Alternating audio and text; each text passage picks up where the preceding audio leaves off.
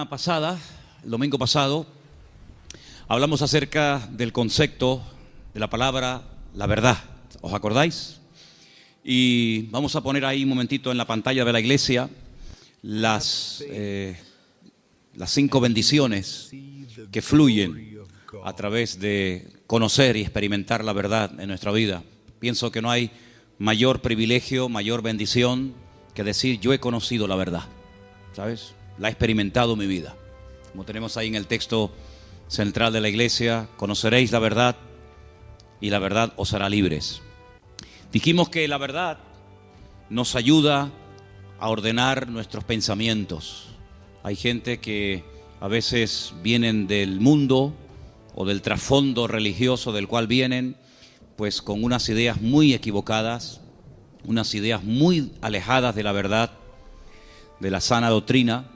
Y por eso es muy importante conocer bien la verdad, conocer bien la palabra de verdad, conocer al Dios vivo y verdadero, para que de esa manera no siga habiendo en nuestra vida un caos, un desorden, una especie de anarquía, guiada muchas veces por emociones, por sentimientos, sino que es la verdad la que nos tiene que poner en orden nuestra vida. En segundo lugar, habíamos visto cómo la verdad tiene también algo muy positivo en nuestra vida, y es que anula todas las mentiras que el diablo a lo largo de los tiempos ha ido metiendo en nuestra mente.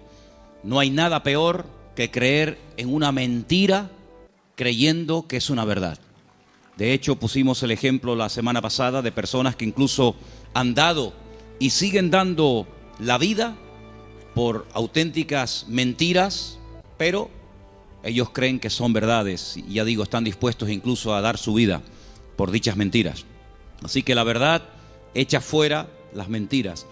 Y entonces podemos comenzar a vivir, punto número 3, según las leyes del reino de Dios. No según las modas, no según los criterios y las opiniones del mundo, sino según los principios establecidos por el Señor, principios del reino, como les llamamos. A continuación, podemos comenzar a experimentar paz en nuestra vida. No hay paz si no estamos en la verdad. No hay una verdadera libertad, ni hay una seguridad y una estabilidad en nuestra vida, a menos que la verdad sea la base y el fundamento de nuestra existencia. Y finalmente, dijimos que la verdad fortalece el espíritu, la mente, y también, como no, le hace un favor muy grande al cuerpo. Y finalmente terminamos compartiendo 3 grandes verdades. Yo no sé cuántos de ustedes se acuerdan, pero yo dije que una de las verdades que quería compartir el domingo pasado es que la verdad se puede conocer, la verdad se puede experimentar, porque la verdad tiene nombre, y el nombre de la verdad es Jesús. Jesús dijo, yo soy el camino, yo soy la verdad y yo soy la vida. Y si eso es verdad, y vimos que la segunda verdad es que Él volverá, y la tercera verdad dijimos que Dios no miente, basándonos en el texto del libro de Números, capítulo 23, verso 19. Dios no es hijo de hombre para que mienta. Lo que Dios ha prometido, y todo lo que Dios ha prometido es verdad, se va a cumplir. No es una especie de trampa, una especie de truco donde dice, bueno, te prometo esto, pero a la hora de la verdad no es verdad, no es así. Dios lo que promete, lo cumple, porque Dios es un Dios de verdad. ¿Cuántos dicen amén? Quiero llevarles al Salmo 139, porque en esta tarde vamos a compartir, vamos a meditar sobre 3 verdades más. Y la primera está basada en el Salmo 139 a partir del versículo 7. Es un salmo muy interesante porque encontramos en él 3 atributos que son única y exclusivamente de Dios. No son atributos ni características del ser humano. Estas 3 cualidades o características solamente las tiene Dios. Y en este Salmo 139 aparecen estas 3. Hay salmos que aparece una, en otros salmos aparecen 2, pero en este casualmente, el Salmo 139, podemos encontrar la omnisciencia de Dios. Es decir, Dios todo lo sabe, todo lo conoce, pasado, presente, futuro, Dios lo sabe perfectamente. Y eso lo encontramos en este salmo. Encontramos la omnipresencia de Dios, es decir, Dios está en todas las partes al mismo tiempo. No significa que si está en un lugar se ausenta de otro, sino que la presencia de Dios lo abarca todo. Él está en todas partes, que no es lo mismo que decir en todas las cosas. Eso sería una aberración, decir que Dios está en las cosas. Dios está en todas partes, pero Dios no está en las cosas. Porque si estuviera en las cosas, pues creeríamos en el panteísmo, de tal manera que gente se puede acercar a Dios a través de una oración a un árbol, otros a una estrella, otros a la tierra, etcétera, etcétera. Dios está en todas partes, pero no significa que esté en las cosas, de una forma visible, ¿no? Y finalmente, la omnipotencia de Dios. Dios no tiene ningún tipo de limitaciones, ni de espacio, ni de tiempo. Por eso encontramos a Dios con una definición muy breve, pero muy profunda. Es la profundidad de la sencillez de Dios. Que Dios es espíritu. No lo limita el tiempo, no envejece, no caduca. La Biblia ha sido escrita en un lenguaje humano, donde aparecen muchas figuras retóricas para explicar lo que Dios es y lo que Dios hace. Y hay una figura muy común en la Biblia que se llama antropomorfismos, y es utilizar elementos del cuerpo humano para hablar de aspectos o características de Dios. La Biblia dice o habla del brazo del Señor, sobre quién ha creído nuestro anuncio y sobre quién se ha manifestado el brazo del Señor. La Biblia habla de los ojos de Dios, la Biblia habla de la mano de Dios, pero son simplemente eso, antropomorfismos, es utilizar un lenguaje conocido, un lenguaje humano, ¿verdad?, distintas partes del cuerpo, para describir la naturaleza de Dios en la vida de su creación, en la vida de los seres humanos. Hemos oído a veces escuchar como que la naturaleza tiene el libre albedrío de hacer cuanto quiera, y no es verdad. Las leyes de la naturaleza las estableció Dios desde el principio de los tiempos. Fíjense qué curioso que todas las leyes que el hombre ha ido descubriendo con el paso del tiempo son leyes que estaban ocultas a los ojos del hombre. El hombre no las ha inventado, simplemente las ha descubierto, ¿verdad? Pero son leyes que Dios estableció desde el principio de los tiempos. Y uno de los libros más profundos de la Biblia, que es el libro de Job, encontramos el peso de la tierra, encontramos los nombres de algunas constelaciones y estrellas, encontramos cómo el viento pesa, ¿verdad? Cosa que no se descubrió hasta muchos siglos después, y encontramos muchas cosas muy interesantes acerca de las leyes de la creación. Alguien dijo que lo creado es una manifestación de las ideas y de la voluntad de Dios hechas realidad, ¿vale? Dios hablaba y su palabra se materializaba. Poder que no transfirió al hombre, imagínense. Es un poder simplemente, o es un poder que solamente se limita a él. Dios habla y lo que Dios ordena se materializa, se cristaliza, ¿sí? Sea la luz o sea cualquier otro elemento. Ahora, en el Salmo 139 vemos estos tres atributos de Dios, repito, omnisciencia, omnipresencia y omnipotencia. Y a partir del versículo 7, el salmista se hace una serie de preguntas muy interesantes, pero las hace en forma de sorpresa. Aquí dice: ¿a dónde me iré de tu espíritu? ¿A dónde huiré de tu presencia? Si subiere a los cielos, allí estás tú. Si en el Seol hiciere mi estrado, he aquí, allí tú estás. Si tomare las alas del alba y habitare en el extremo del mar, aún allí me guiará tu mano y me asirá tu diestra. Si dijere: ciertamente las tinieblas me encubrirán, aún la noche resplandecerá alrededor de ti. Aún las tinieblas no encubren de ti, y la noche resplandece como el día.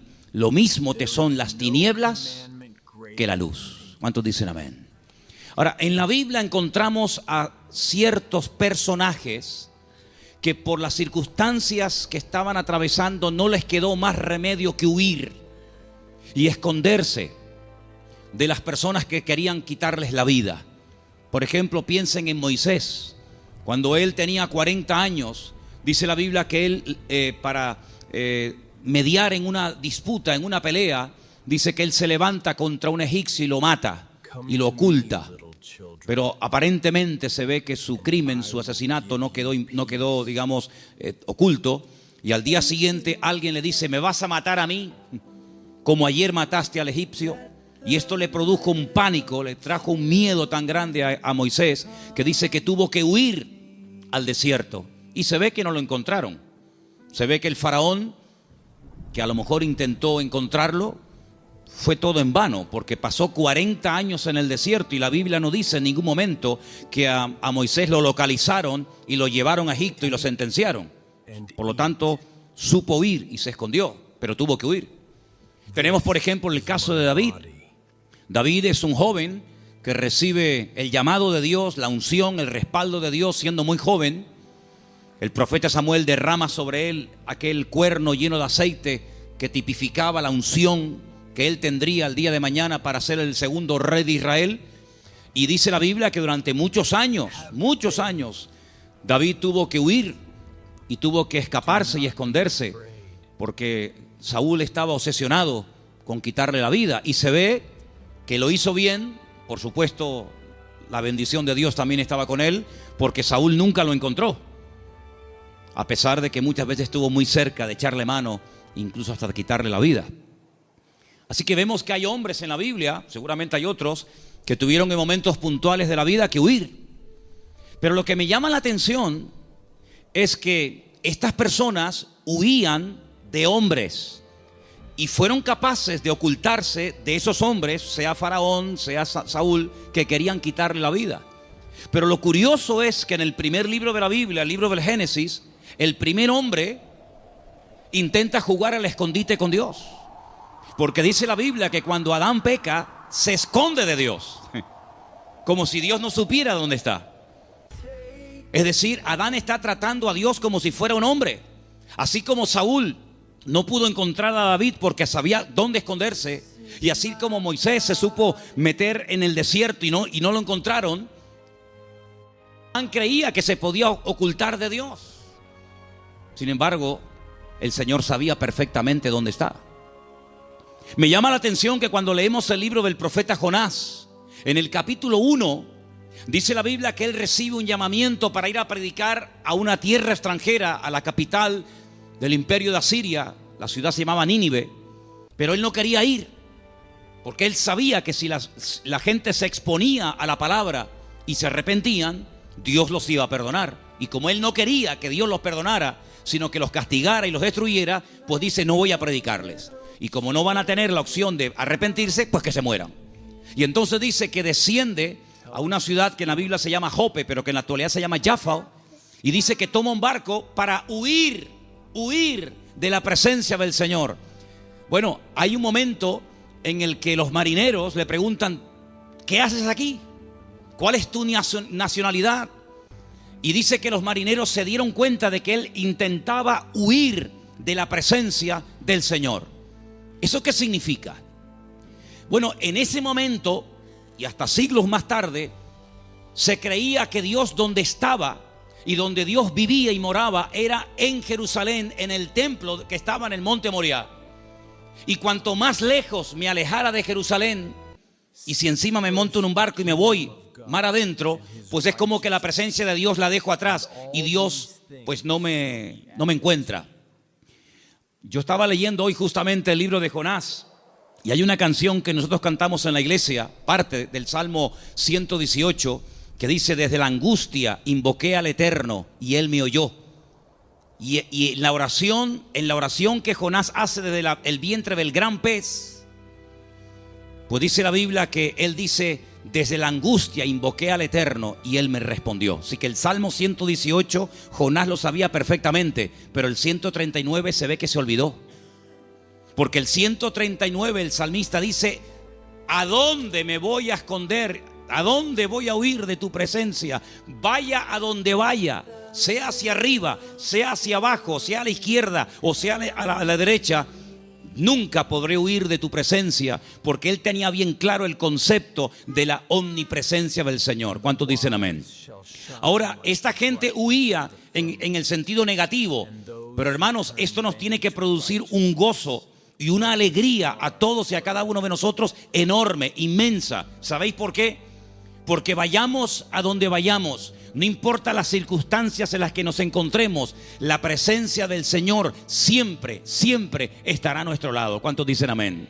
No importa si te encuentras en una cárcel, allí el Señor sabe que estás. ¿O acaso nos hemos olvidado de que una noche bien tarde Pablo y Silas cantaban, los presos les oían, pero no solamente los presos les oían, sino que el Señor en el cielo también les oía, y dice que los liberó de una forma tremenda? ¿Cuántos dicen amén?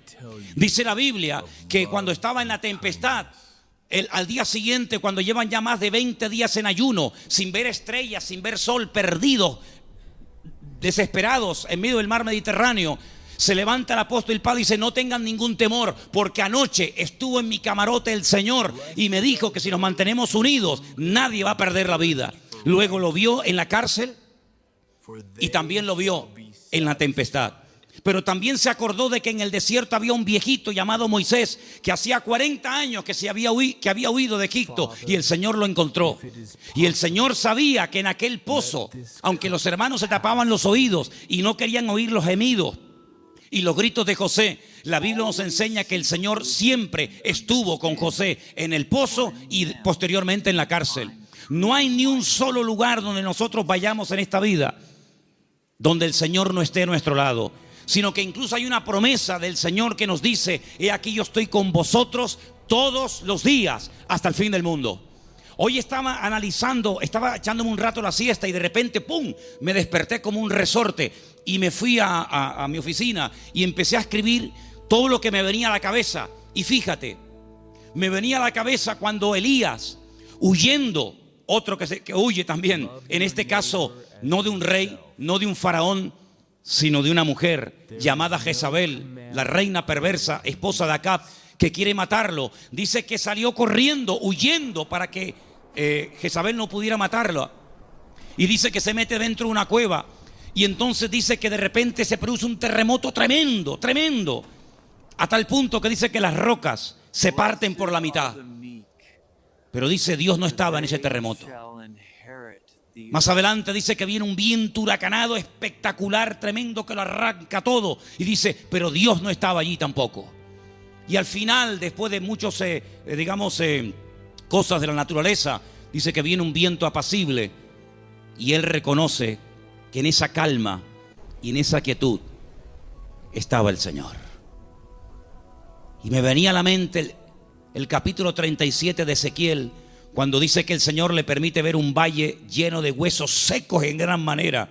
Y dice que no se levantaban ni producían ningún temor, porque no estaba el Espíritu de Dios dentro de ellos. Si como la Biblia dedica tiempo a decir dónde Dios no está, pero también la Biblia dice dónde Dios sí está. Por ejemplo, también apuntaba todas las veces que ocurren tragedias y desgracias en la vida. A continuación añade la Escritura y dice, pero el Señor estaba con José. ¡Qué maravilla! Hermanos, saber que nuestro Dios está con nosotros todos los días, ¿no te produce una alegría y una tranquilidad de saber que pase lo que pase y venga lo que venga y digan lo que digan, nuestro Dios está con nosotros porque es omnipresente? No hay que ir a un lugar específico a visitarlo, como durante siglos y generaciones tenían que hacer las 12 tribus de Israel, que 3 veces al año tenían que viajar cientos o miles de kilómetros para ir a Jerusalén a visitar y a celebrar la fiesta del Eterno, sino que el Señor ha prometido estar con nosotros en cualquier momento, en cualquier lugar. No importa si somos jóvenes, adolescentes, niños o ancianos. No importa si estamos en la iglesia, en la casa, en el trabajo, en un barco, en un avión, en un submarino, no importa. La presencia del Señor siempre estará a nuestro lado, y eso significa que la protección del Señor siempre estará con nosotros. Esa es la primera verdad que quiero compartir con ustedes en esta tarde. Y si habéis prestado atención a la lectura, ¿cuál fue la lectura de hoy? ¿Cuál fue?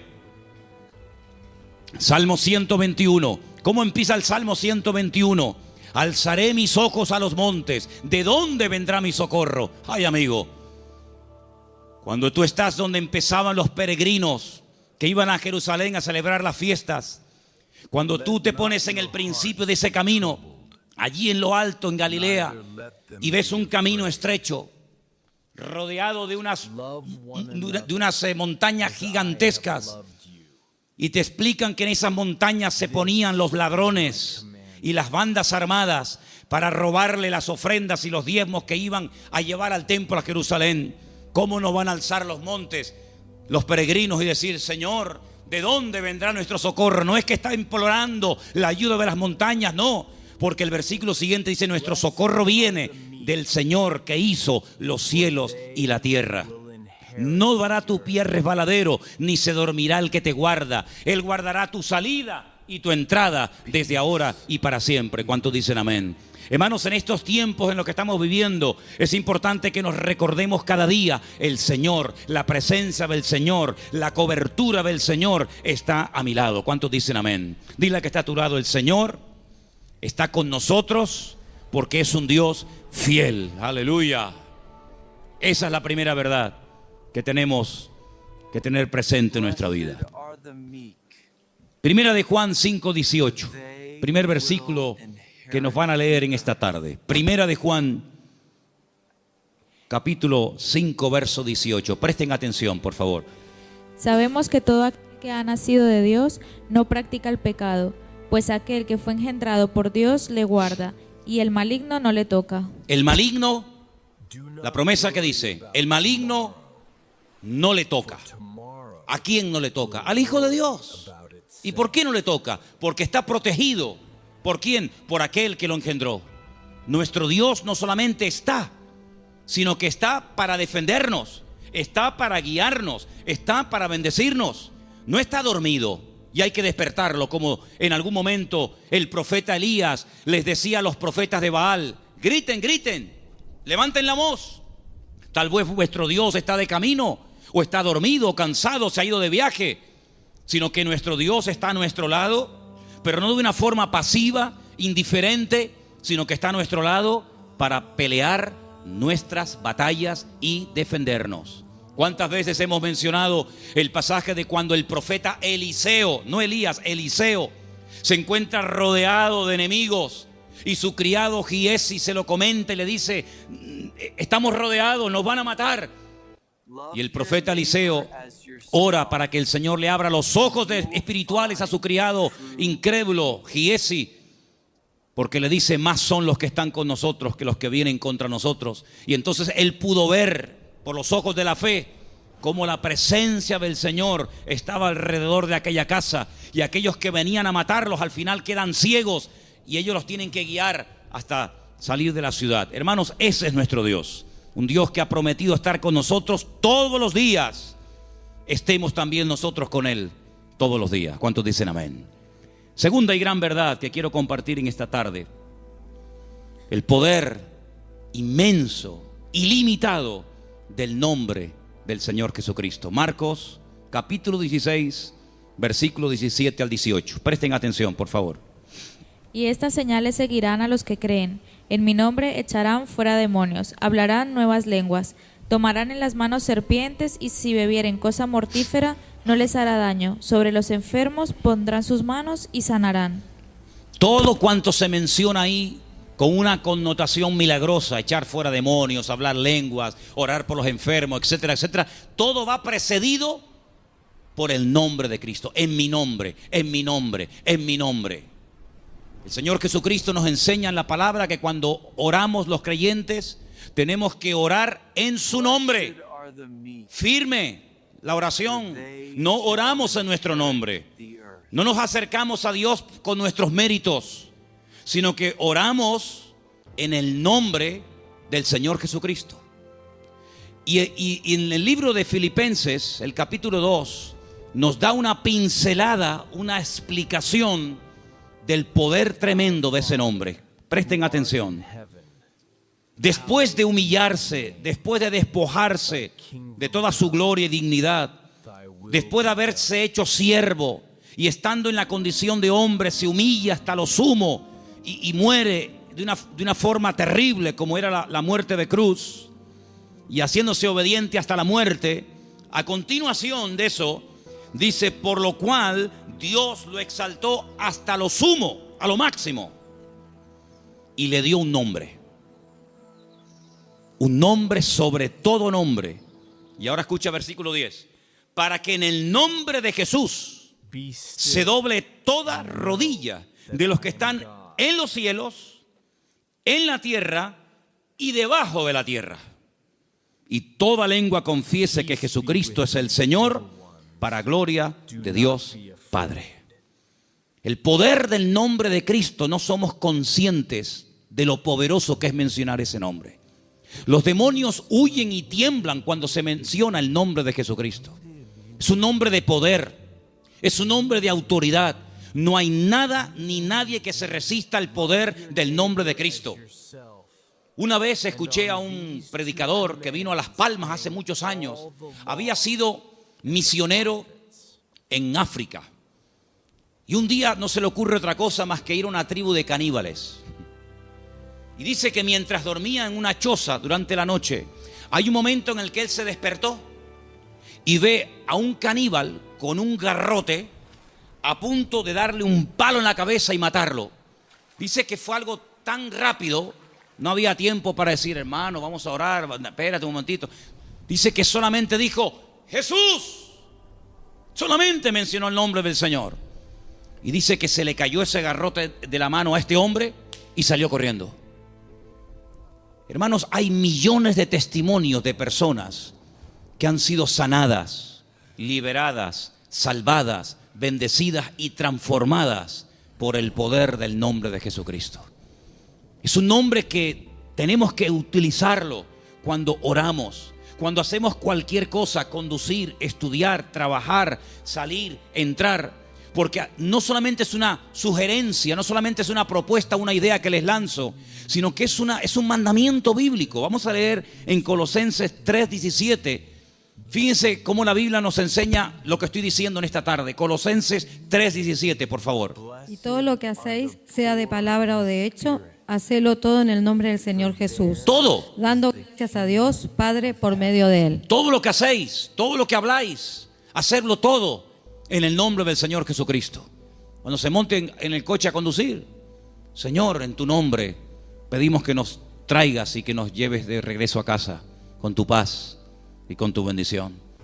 Cuando vayas a un examen, cuando vayas a prepararte para hacer un examen o estudiar, Señor, yo me preparo, yo estudio, yo memorizo, pero yo pido que en tu nombre este examen salga bien, Señor.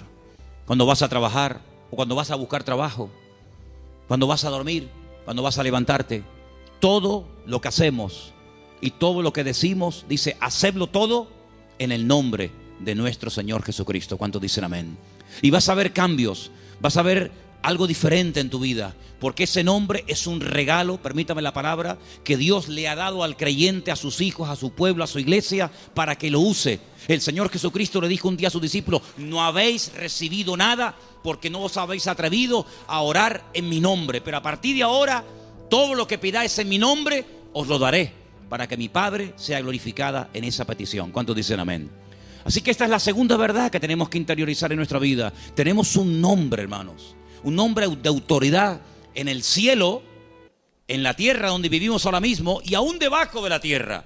Un nombre que no tiene limitaciones de ningún tipo. Pues vamos a usarlo, porque la Biblia dice que es el regalo del Padre al Hijo, un nombre que es sobre todo nombre, para que en ese nombre se doble toda rodilla de los que están arriba en el cielo, en la tierra y aún debajo de la tierra, y toda lengua confiese que Jesucristo es el Señor, para gloria de Dios Padre.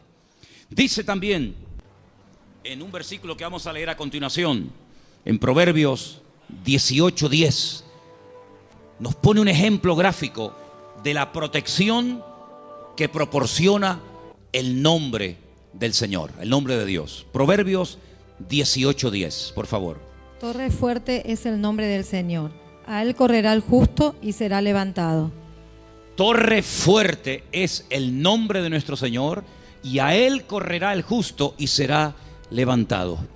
Leía en el día de ayer una historia cuando un tal Abimelech quiere matar a un montón de gente y dice que se dirige a la ciudad donde están las personas que él en un principio quiere aniquilarlas. Esto lo pueden ver en el capítulo 9 del libro de Jueces. Y dice la Biblia que en esa ciudad había una torre donde la gente de la ciudad, las mujeres y los niños se metieron, subieron a lo alto de la torre y allí se escondieron, y dice que no les pasó nada. Yo no sé si el salmista se inspiró en esa historia para escribir estas palabras. Torre fuerte es el nombre de nuestro Dios. A él correrá el justo y será salvado en el tiempo de la angustia, en el tiempo de los problemas. Así que, hermanos, les animo a que en esta semana, no en vano, porque fijaros que sagrado es el nombre del Señor, que hay un mandamiento de los 10 del decálogo, hay uno que curiosamente hace referencia a su nombre: no tomarás el nombre de tu Dios en vano. Pero bueno, una cosa es no tomarlo en vano y otra cosa es no tomarlo nunca. Por lo tanto, cuando menciones el nombre del Señor, que la gloria, una vez obtenida la respuesta a esa petición o a esa necesidad, que la gloria no sea para ti, sino que la gloria se la lleve el Señor. ¿Cuántos dicen amén? Hay también una tercera verdad que quiero esta tarde.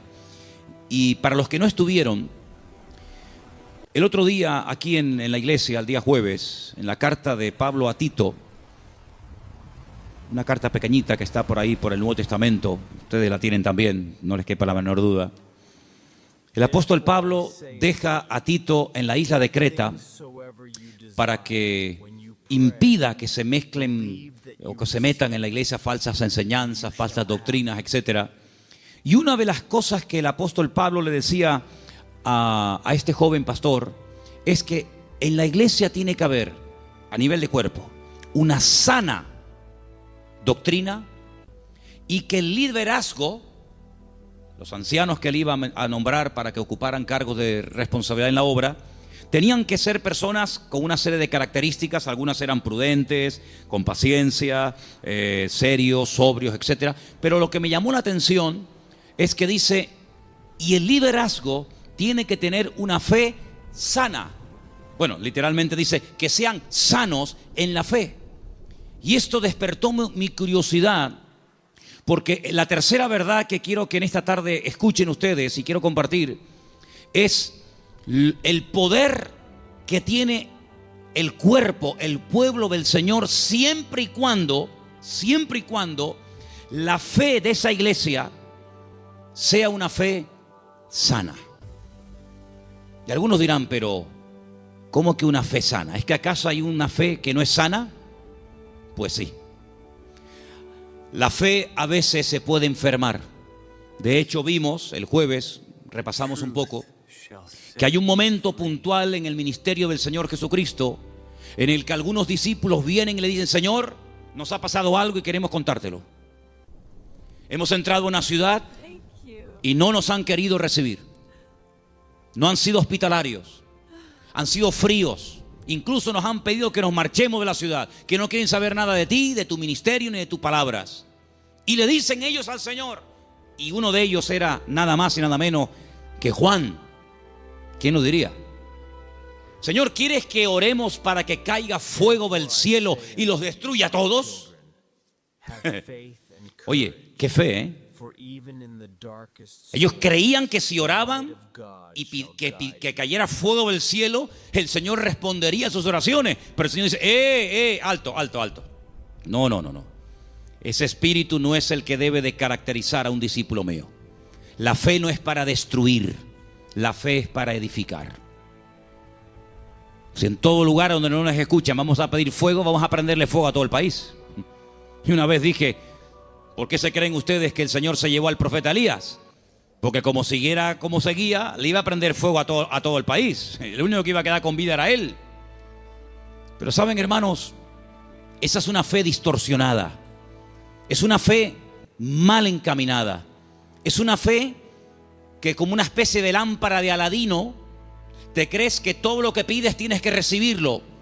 Y no está basada en la razón, no está basada en la palabra, en el sentido común, sino está basada en una emoción, en un rechazo que sientes hacia una gente que no te ha querido escuchar.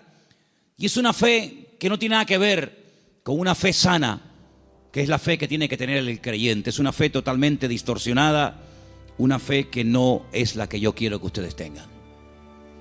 Luego Pablo también hablaba de que había gente que tenía fe fingida. Fe fingida. Y Pablo dice a Timoteo: yo doy gracias a Dios que la fe que tú tienes no es fingida. Porque la fe que tú tienes primeramente la tuvo tu abuela y después se la traspasó a tu madre y ahora la tienes tú. Y dijimos que esa fe no fingida tiene que ver con una fe sincera, sin mezcla, sin hipocresía. Otra versión dice sin engaño, sin máscara.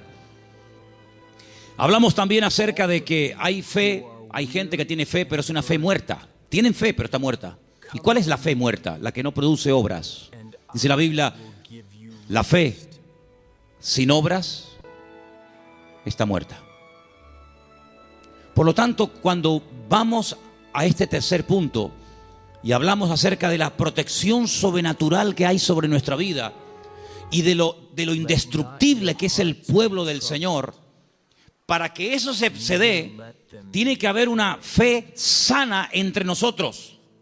No una fe rara, distorsionada, enferma, sino una fe puesta en las promesas y en la palabra de nuestro Dios. ¿Cuántos dicen amén? Y entonces esa fe va a traer estabilidad. Esa fe va a traer una revelación del verdadero Dios al cual tenemos que honrar, adorar y servir. Porque yo creo con todo mi corazón que la forma como oramos, la forma como nos planteamos nuestro estilo de vida, las decisiones que tomamos o no, es decir, todo lo que hacemos en la vida como creyentes gira en torno al concepto que tenemos de nuestro Dios. Es decir, si nuestro concepto de Dios está equivocado, por mucha fe que tengamos, no estamos actuando correctamente. Y volvemos al principio del mensaje de hoy. Jonás creía que había lugares donde se podía esconder de Dios y Dios no encontrarlo.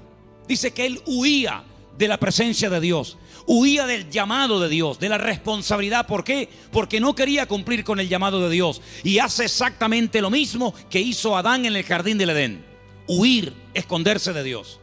Y él creía que uno se podía esconder de Dios, y él actuaba en base a esa creencia equivocada.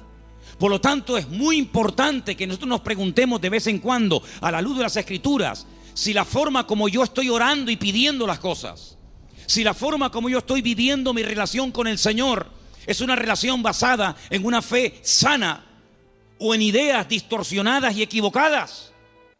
Porque hay personas que se imaginan que Dios, como acabo de decir, es esa especie de lámpara de Aladino que frotamos y Dios tiene que estar a mi servicio las 24 horas del día y Dios tiene que complacerme en todo lo que le pido y en todo lo que quiero. Y no es así. Hay momentos en los que puedes tener una fe tremenda y Dios decir a tu oración no. Puede ser que tengas una sinceridad y un deseo tremendo de hacer algo para el Señor, genuino, bíblico, correcto, pero a ti no te corresponde hacer esa operación, hacer ese trabajo. Como por ejemplo el rey David, que quería construirle una casa a Dios, y Dios le dijo: tú no la vas a edificar, la edificará la siguiente generación en la persona de tu hijo Salomón. Hay momentos en los que el mismo apóstol Pablo quería ir a ciudades a predicar el evangelio. ¿Será bíblico predicar la palabra? Por supuesto. Es un mandato del Señor, claro, id por todo el mundo y predicar el evangelio. Pero también hay que decirlo que hay momentos en los que el Pablo quería ir a ciertos lugares a compartir y el Señor le decía: no, ahí no, en Bitinia no. Bueno, pues me voy a Misia. No, ahí tampoco. Y uno dice: pero Señor, ¿no es tu voluntad ir a predicar a todas partes tu palabra? Sí, pero cada sitio y cada persona tiene su momento y tiene su lugar. Y ahora no es el momento de ir aquí, ahora es el momento de ir allá. Y Pablo, que era sensible a la voz del Espíritu, Pablo, que era una persona que se dejaba tratar y moldear, pues no era un niño caprichoso con la pataleta que cuando no le das la chupeta se pone a montarte un lío tremendo, sino que decía: bueno, pues si no es por aquí, será por allá. En otras palabras, no se venía abajo, no se derrumbaba, no se desanimaba, sino que él seguía probando, hasta que al final encontró el lugar idóneo donde el Señor quería llevarlo y usarlo. Por lo tanto, es muy importante que la iglesia interiorice esta verdad. El Señor nos quiere usar. Tenemos que cumplir con nuestras responsabilidades. Por supuesto que sí. Pero ¿estaré yo preparado para eso que quiero hacer? La Biblia nos enseña que cuando José era un joven, ya él sabía lo que Dios quería hacer con su vida. Yo creo que pecó un poco de imprudente. Abrió su corazón a sus hermanos. Tal vez lo mejor hubiera sido abrírselo solamente a su padre, pero él le abrió su corazón a sus hermanos, le contó los sueños que había tenido y se buscó la ruina de su vida. Bueno, después al final, lógicamente, sabemos que el Señor utilizó todo aquello y lo convirtió en algo positivo, ya lo sabemos. Pero hermanos, él tuvo que esperar desde el momento que recibe la revelación de la voluntad de Dios para su vida, hasta que él ve que eso se cumple. Pasaron muchos años, pasó mucho tiempo. ¿Por qué? Porque el Señor tenía que tratarlo, y tenía que prepararlo, y tenía que capacitarlo, y lo tuvo que hacer pasar por situaciones terribles, terribles. Pero en todas y en cada una de ellas aprendió lecciones que lo marcaron para toda la vida. Y cuando llegó el momento, el Señor lo levantó y el Señor lo utilizó.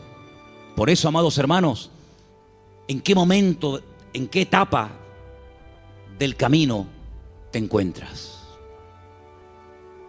Sin embargo, cuando le escribe el apóstol Pablo a Timoteo, le dice: Timoteo, Dios no nos ha dado espíritu de cobardía. Probablemente estaba pasando por un momento de temor frente a semejante responsabilidad. Pablo dice: Dios no nos ha dado espíritu de cobardía y no te tienes por qué avergonzar de mis cadenas. Cuando te pregunten dónde está tu apóstol Pablo, dónde está el fundador de la iglesia, no te avergüences de mis cadenas, da testimonio de ellas. Y te recuerdo que tienes que cumplir con tu ministerio. Y te recuerdo que tienes que predicar la palabra a tiempo y fuera de tiempo. Y te recuerdo que tienes que cuidar tu salud. Y te recuerdo que no le des lugar a los comentarios de la gente que te menosprecian por la edad que tienes, etcétera, etcétera, etcétera. En otras palabras, ¿por qué Él exige que sufra? Sufre, pelea, predica, con ganas y sin ganas, a tiempo y fuera de tiempo. ¿Por qué? Porque sabe que está en una etapa de la vida en la que a Él se le puede exigir, pero a otras personas Pablo no les exigía tanto. ¿Por qué? Porque no habían llegado al nivel y a la madurez que Pablo entendía que Timoteo ya tenía. Por lo tanto, en base a tu conocimiento, en base a tu madurez, en base al desarrollo que tú tienes en el Señor, se te exigirá más o se te exigirá menos. Pero todo creyente que forme parte del cuerpo de Cristo, el cual llamamos iglesia, tiene que asumir las responsabilidades que le corresponda. Y yo, por ejemplo, en esta tarde tengo aquí una pequeña lista de cosas en las cuales todos sí podemos, a pesar de que lleven poco tiempo o mucho tiempo, todos sí podemos cumplir con ellas. Por ejemplo, con la puntualidad. Yo doy gracias al Señor de que en esta iglesia, salvo raras excepciones, siempre se empiezan los cultos a su hora. ¿Sí o no? No, ¿dicen que no? Hemos estado en algunas iglesias donde el culto se ha empezado media hora tarde. Y durante la predicación aún sigue entrando gente. Y decirnos a algunos miembros de la iglesia: en esta iglesia siempre ha sido así, es imposible empezar un día a tiempo.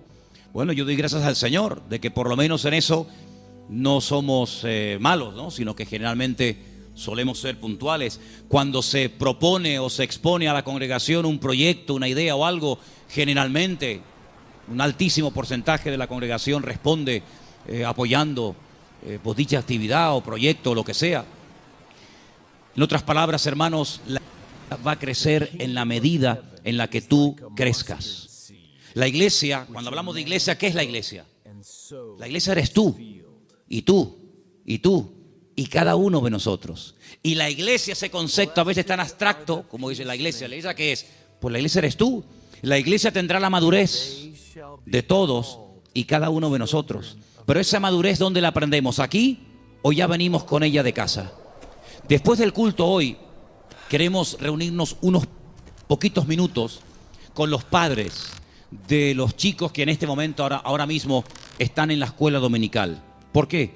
Porque una de las cosas que tenemos que entender es que la iglesia, por ejemplo, en los domingos, la escuela dominical, es un refuerzo a lo que teóricamente los niños ya aprenden de sus respectivos padres en el hogar. ¿Cuántos dicen amén?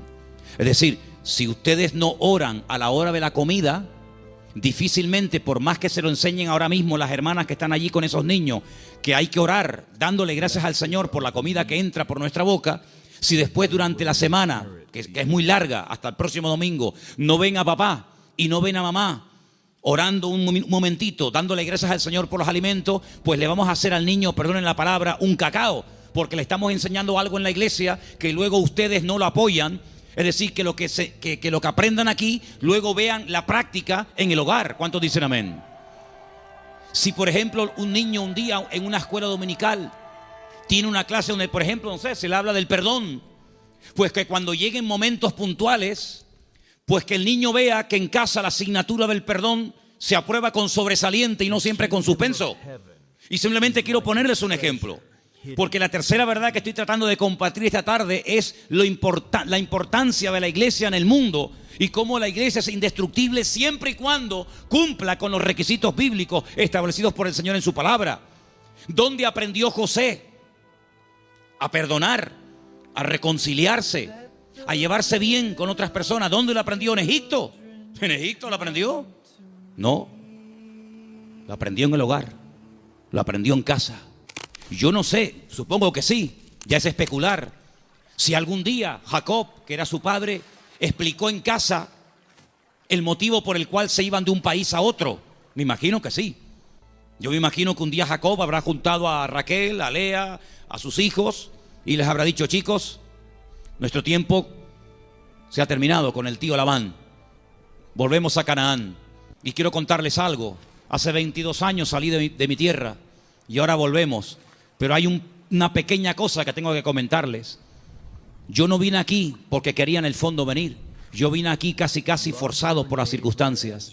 Vine aquí porque el tío Esaú, vuestro tío, mi hermano, me quería matar.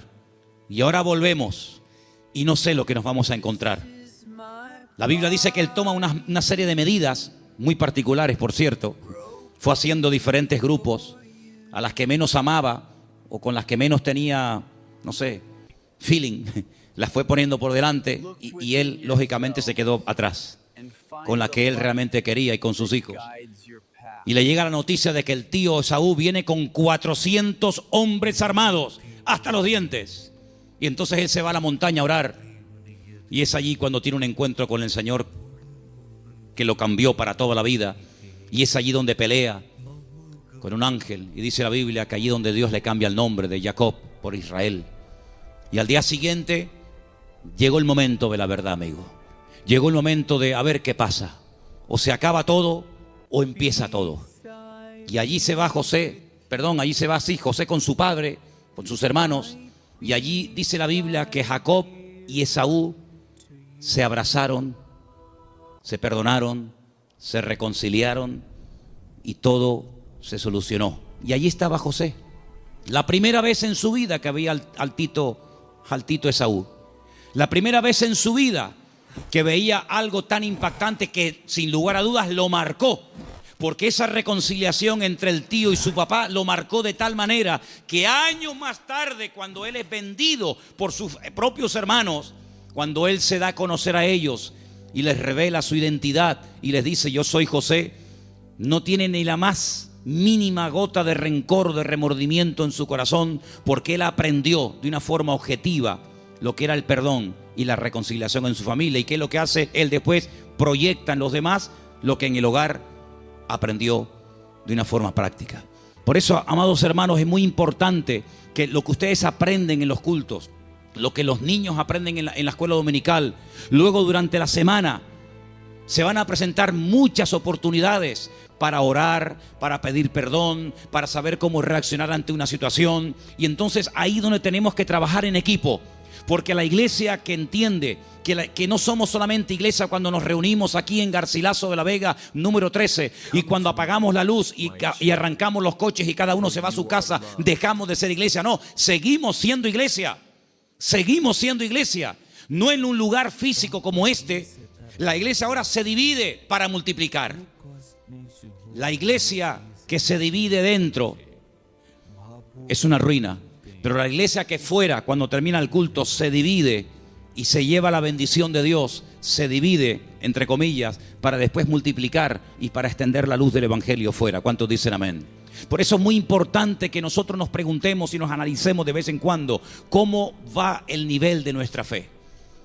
Quiero ponerles un pequeño ejemplo de la Biblia, donde dice la palabra que un padre desesperado, un padre con un problema con un hijo que nada ni nadie puede solucionar, fue un día con toda la fe y con toda la sinceridad del mundo a pedir ayuda al Señor, pero el Señor no estaba. La Biblia dice que el Señor había pasado la noche en oración con 3 de sus discípulos en la montaña. Pero bueno, ya que estoy aquí, aprovecho para que por lo menos los discípulos del Maestro oren por mi hijo. Y fue un fracaso. No resultó. La palabra dice que cuando el Señor baja de la montaña, este padre va al Señor por fin y le dice: he traído mi hijo a tus discípulos y no han podido hacer absolutamente nada. Si tú puedes hacer algo.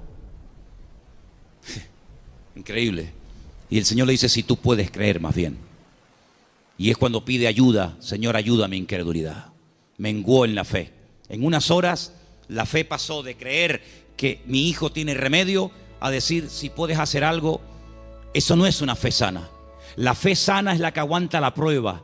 La fe sana es la que se extiende. La fe sana es la que sabe reaccionar cuando dice el Señor no. Porque cuando dice el Señor sí, la fe se amolda y se adapta muy bien. Pero cuando el Señor dice no, es donde verdaderamente se prueba la fe. Por eso dije el jueves, y quiero volver a repetirlo porque para mí fue algo muy importante, y es que una fe que no va acompañada de paciencia se convierte en tormento. Por eso hay gente que dice: yo he orado, y como tú dices, Manolo, en el nombre de Cristo, y tengo fe, y lo creo, y además creo que es bíblico lo que estoy pidiendo, pero Dios no me responde. Pero es que la fe sin paciencia se puede llegar a convertir en un tormento. Por eso una fe sana es la fe que va acompañada de paciencia. Y de ahí que el salmista diga, y volvemos a mensajes de la semana pasada: encomienda al Señor tu camino, confía en Él y Él hará cuando lo crea oportuno. ¿Cuántos dicen amén? Por eso la iglesia, claro que es indestructible. Hay promesas que las puertas del infierno no prevalecerán contra el pueblo de Dios, pero siempre y cuando el pueblo de Dios se mantenga alineado y siempre y cuando el pueblo del Señor tenga ese mismo sentir. Permítame llevarles al libro de Filipenses, por favor. En la carta del apóstol Pablo a los Filipenses, y mientras la buscan, decirles, amados hermanos, que esta carta se escribió desde la cárcel en Roma. En el capítulo 4 de la carta de Pablo a los Filipenses, ustedes van a encontrar que el apóstol Pablo está hablando de gozo, de regocijarse. Y uno dice: pero ¿cómo es posible que en semejantes circunstancias el apóstol Pablo escriba una carta cuya palabra más repetitiva es la palabra gozo y alegría?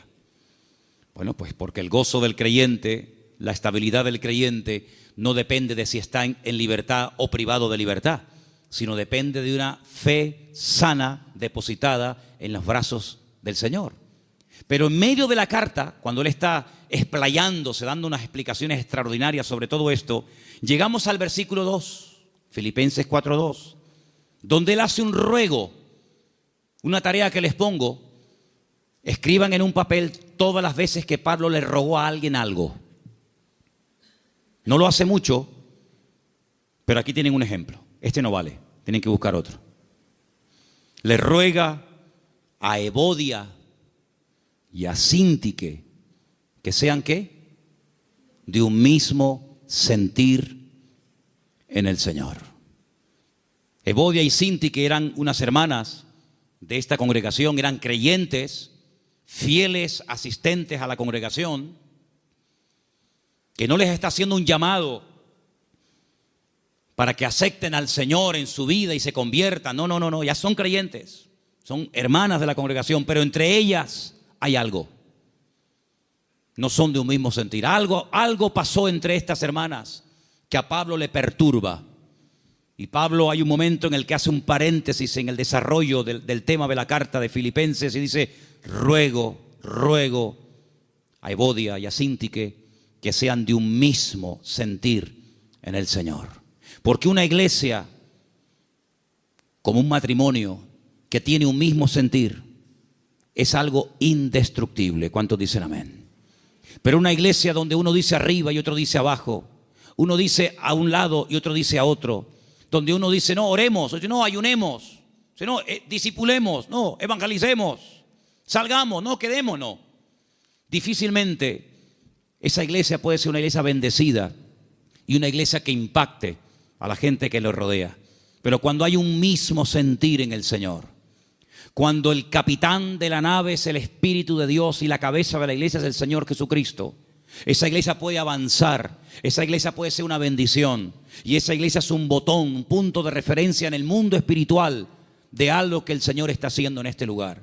Porque permítame decirle que una de las grandes enseñanzas del apóstol Pablo, y esto tiene una profundidad tremenda, inmensa, es que dice que la iglesia no solamente puede tener un impacto a nivel de sociedad, como evidentemente lo tiene con los vecinos, con los familiares, con los que vienen, etcétera, sino que dice el apóstol Pablo, es una enseñanza muy profunda que comparte con los efesios, es que la iglesia, según cómo se comporte, según cómo actúen sus miembros, según cómo se relacionen unos con otros, tiene también un impacto en el mundo espiritual, ante los principados y ante las potestades. Y uno dice, pero ¿cómo puede ser eso? Claro que sí. La iglesia puede llegar a ser un freno. La iglesia puede llegar a ser una luz. La iglesia puede incluso impedirle al enemigo que campe a sus anchas y que haga lo que le dé la gana. Porque la iglesia es un freno en el mundo espiritual que el diablo reconoce perfectamente. ¿O se creen ustedes que el diablo no sabe que tú eres un hijo de Dios? ¿Se creen ustedes que el diablo no nos ve a nosotros? ¿Se creen ustedes que los demonios no nos observan cada día cómo hablamos, cómo oramos o cómo no oramos, cómo entramos, cómo salimos? Claro que lo ven. Había una vez unos jóvenes que querían echar fuera un demonio de un hombre, y cuando fueron a orar por él no se les ocurre otra cosa. Qué listos y qué tontos al mismo tiempo. Querían echar fuera los demonios en el nombre del Cristo que predica Pablo. Y los demonios le respondieron y les dijeron a los 7 hijos de Seba, así se llamaba el padre de estos muchachos: conocemos a Pablo y conocemos al Cristo que predica Pablo, pero a vosotros no os conocemos absolutamente de nada. Así que el diablo sabe dónde vivimos, sabe nuestra identidad, sabe nuestro nivel de madurez, sabe nuestro nivel de santidad con el Señor, sabe hasta dónde puede llegar, porque como dije al principio, hay una protección, una cobertura sobrenatural 24 horas al día sobre la vida de la iglesia, sobre la vida de cada uno de sus hijos. Pero a veces nosotros podemos abrir rendijas, a veces nosotros incluso hasta le damos ideas al enemigo. Por eso dice Pablo, no le deis lugar al diablo. No le des lugar al diablo en tu casa. Si hay algo por donde está colando el enemigo, sé sabio y quítalo, elimínalo. Si hay algo en tu vida que produce que entres en un picado, en un enfriamiento, en un apartamiento de la palabra y del Señor, aléjalo de tu vida. Rodéate de gente espiritual. Lee libros que te edifiquen y no que te destruyan y te confundan más. Acércate a la palabra del Señor, busca al Señor. Porque cuando tú te metes en la presencia del Señor, todo lo que tú aprendas, todo lo que tú recibas, todo lo que tú crezcas, después cuando vengas a la congregación, aunque no hayas abierto la boca y nadie se haya enterado que has entrado ni que has salido, te puedo asegurar que tu vida en el mundo espiritual produce un impacto. ¿Cuántos dicen amén? Y podemos tener el enemigo a raya simplemente con nuestra presencia. Por eso, amados hermanos, estas 3 verdades: la protección y la presencia del Señor permanente sobre nuestra vida, el poder y la autoridad del nombre de Jesucristo, y la responsabilidad y el privilegio de formar parte del pueblo del Señor, que ¿saben cómo lo define el Señor? ¿Saben cómo nos define nosotros el Señor? Real sacerdocio, nación santa, pueblo adquirido por Dios, para que anunciemos las virtudes de aquel que nos llamó de las tinieblas a su luz admirable. El concepto que tiene el Señor de su iglesia es tan grande que dice: para mí, mi iglesia, tú y tú y tú y yo y cada uno de nosotros, Él dice: ustedes son mi cuerpo. Yo soy vuestra cabeza, pero vosotros sois mi cuerpo en la tierra. Somos los ojos, las manos, la boca de Cristo en esta sociedad donde Él nos ha puesto. Y amados, yo les digo algo, lo dije la semana pasada y lo quiero repetir ahora. El mundo está cambiando tan rápidamente que las iglesias van a ser lugares donde mucha gente desesperada, vacía, confundida y desorientada va a venir buscando ayuda. Porque miles de personas en su desesperación, en la pérdida de su trabajo, de salud, de marido, de familia, etcétera, ¿a dónde fueron? ¿A quién recurrieron? ¿A quién les pagaron? A muchos astrólogos, magos, santeros, brujos, adivinos, ¿sí o no?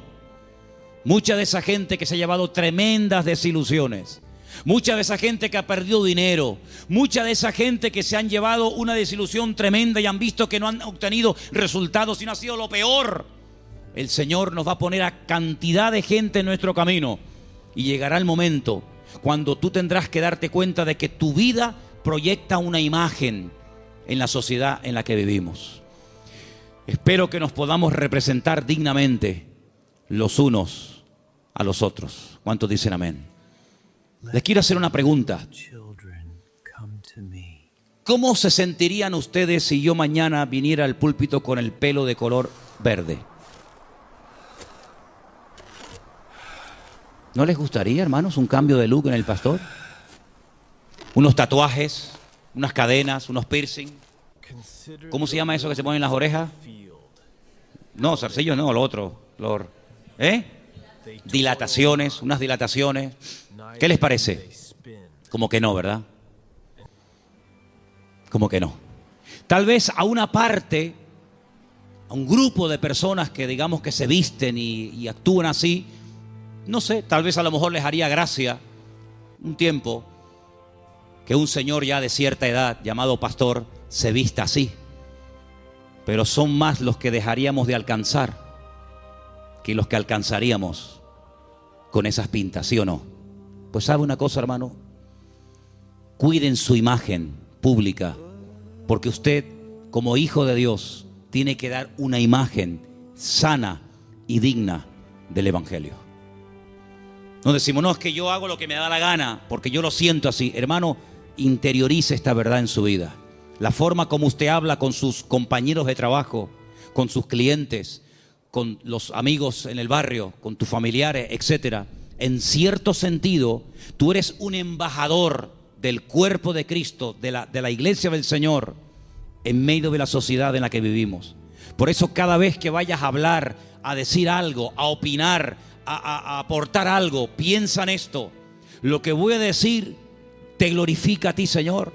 Lo hago en el nombre de Cristo. Tú lo harías y estarías contento con la imagen que estoy proyectando de ti.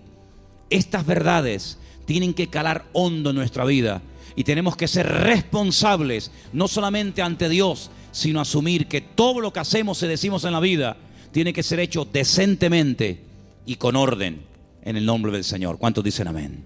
Vamos a orar. Cierra tus ojos en esta tarde.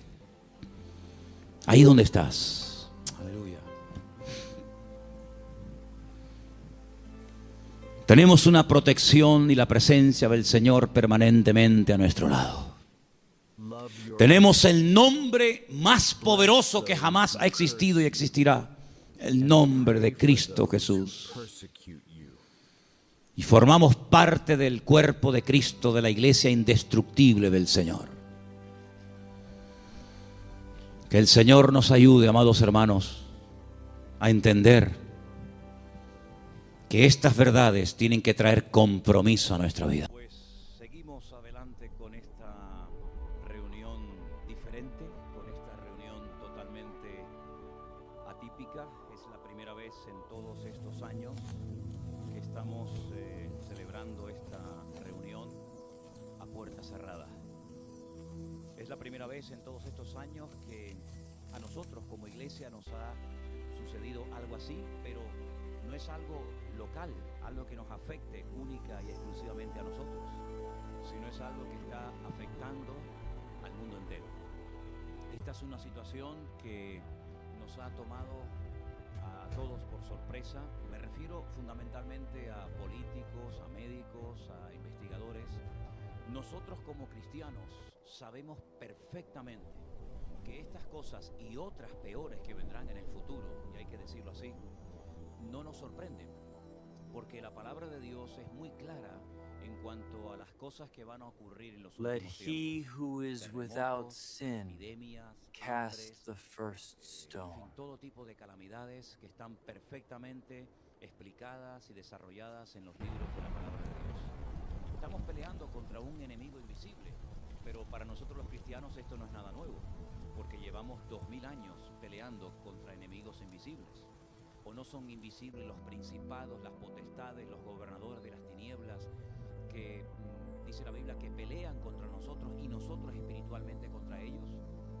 Pero aunque este coronavirus es, sin lugar a dudas, un enemigo invisible, tremendamente destructivo y poderoso, yo quisiera hacer un pequeño alto en el camino antes de entrar directamente a la palabra, para decirles que hay un virus aún peor que lleva miles de años afectando a la humanidad, y es el virus del pecado, que igual que el coronavirus no respeta si eres hombre, mujer, rico, pobre, si eres verdaderamente un buen creyente, eres católico o eres ateo.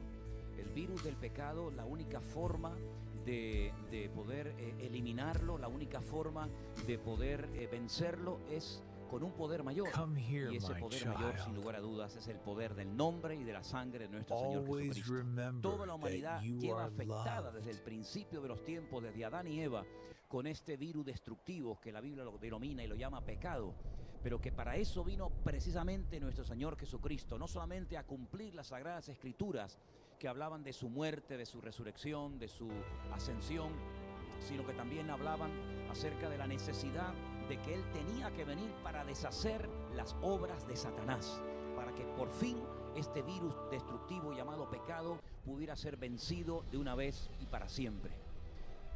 Lo único que me preocupa, o algo de lo que me preocupa en estos días, es ver a la gente atemorizada. Espero que el temor no se apodere de la vida de los creyentes. De una forma especial, el Let your Salmo hearts 27, be versículo filled 3, with está joy, golpeando mi and your corazón de una forma muy spirits especial. with peace. La Biblia nos enseña que mi corazón no temerá. Aunque un ejército acampe contra mí, no temerá mi corazón, dice la palabra. Y eso es a lo que tenemos que agarrarnos, que nuestro corazón está protegido por la sangre y el poder de nuestro Señor Jesucristo.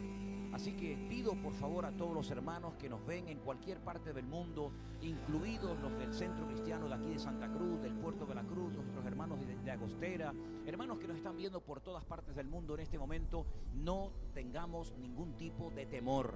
El Señor está con nosotros, Él nos protege, Él va a estar con nosotros todos los días hasta el fin del mundo. Amados hermanos, ha llegado el momento de demostrar nuestra madurez, de demostrarle al mundo que nosotros tenemos una fe viva, que tenemos un Dios poderoso.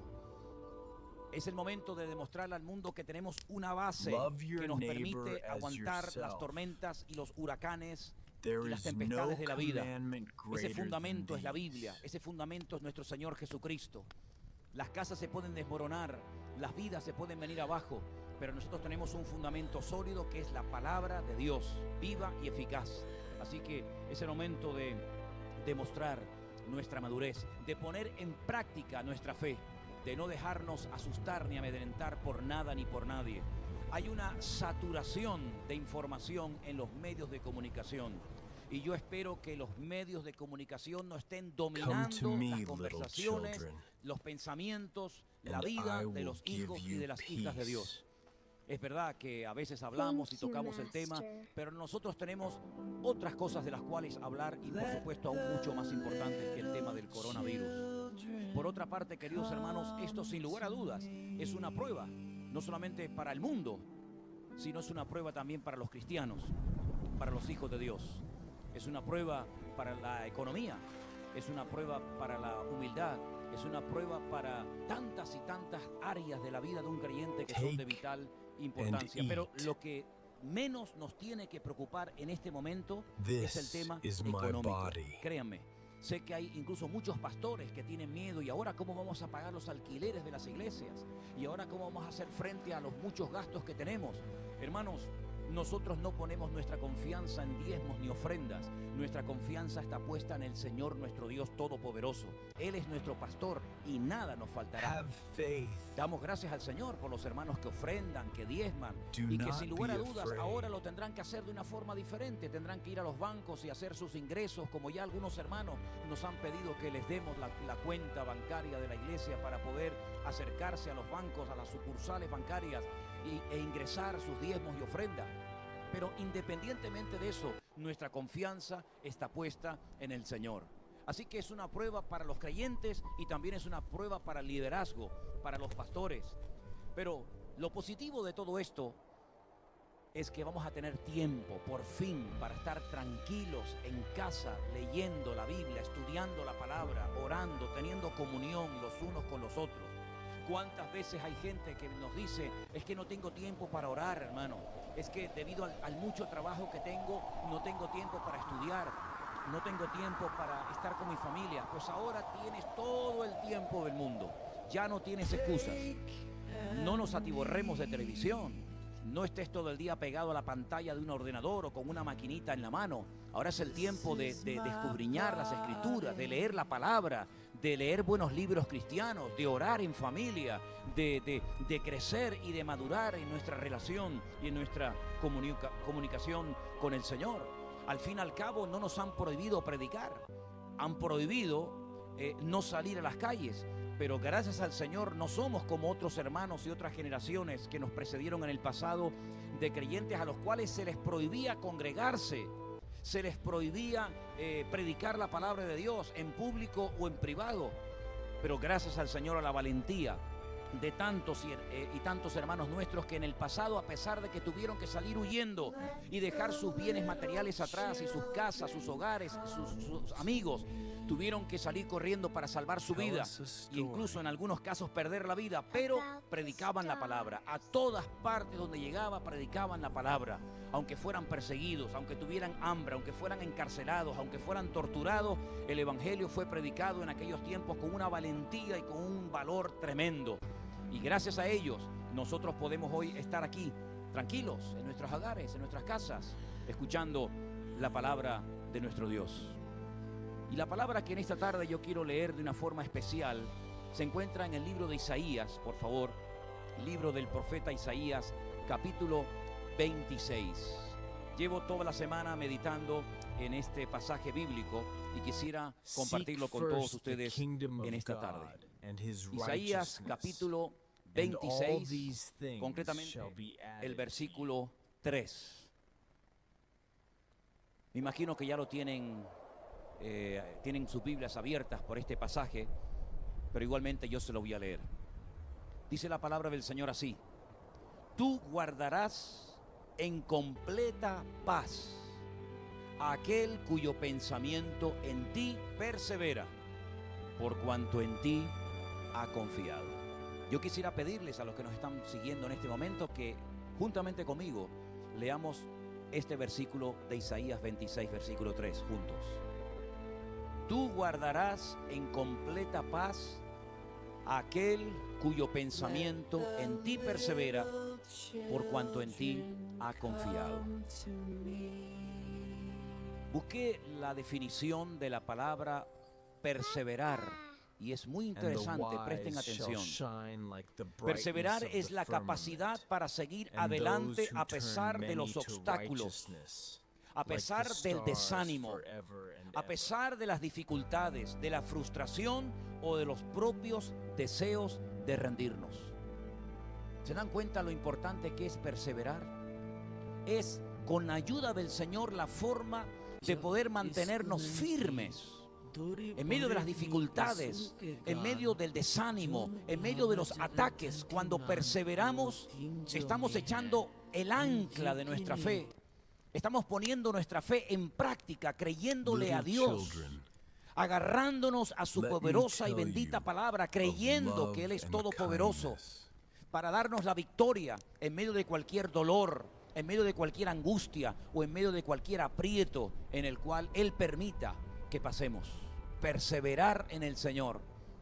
Me viene a la mente esas palabras que el apóstol Pablo le dirigió a los hermanos de la iglesia de Corinto en el capítulo 15, cuando dice: hermanos míos, estad firmes y constantes, creciendo en la obra del Señor siempre, sabiendo que vuestro trabajo en el Señor no es en vano.